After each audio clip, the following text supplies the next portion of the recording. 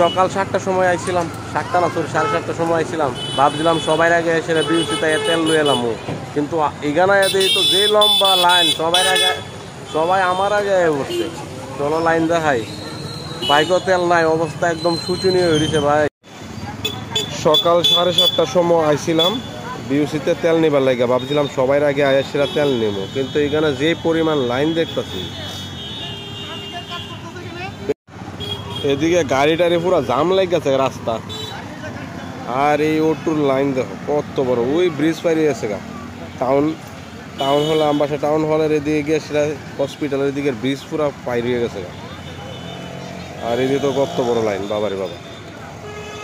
জাম, তেল নাই, অবস্থা একদম শোচনীয় হয়ে গেছে আমবাসার অবস্থা। পুরো এদিকে জাম লেগে গেছে গা, দুই সাইড পুরো জাম লেগে গেছে গা। গাড়ি এদিক তো আইতে, সামনের দিকে তো আইতে পারে না, পিছের দিকে তো যাইতে পারে না, পুরো জাম লেগে আছে গা।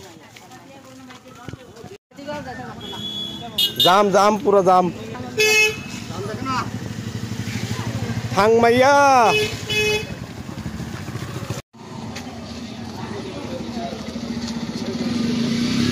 তেল দেয়নি কত বড় লাইন লেগেছে পুরা মেইন জংশনটা ঘুরাইও যাইতাম পারতেছি না, পুরো আটকে গেছে না, কেন ফাঁসে আছো গা?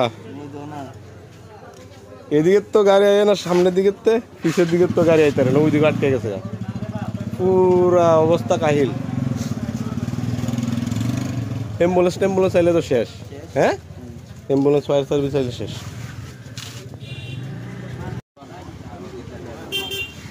এই হচ্ছে বিউসির পরিস্থিতি। আসাম আগরতলা রুট পুরা ব্লক হয়ে গেছে ওখানে, দুনো সাইডে।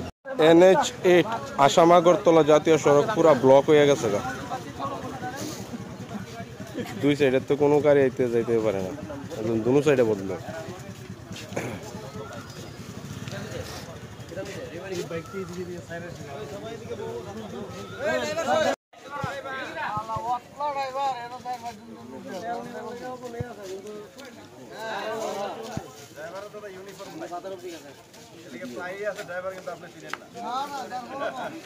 পুরা ব্লকে আছে গাড়ি। অ্যাম্বুলেন্স আইলে, ফায়ার সার্ভিস আইলে যাইতে পারতো না একদম।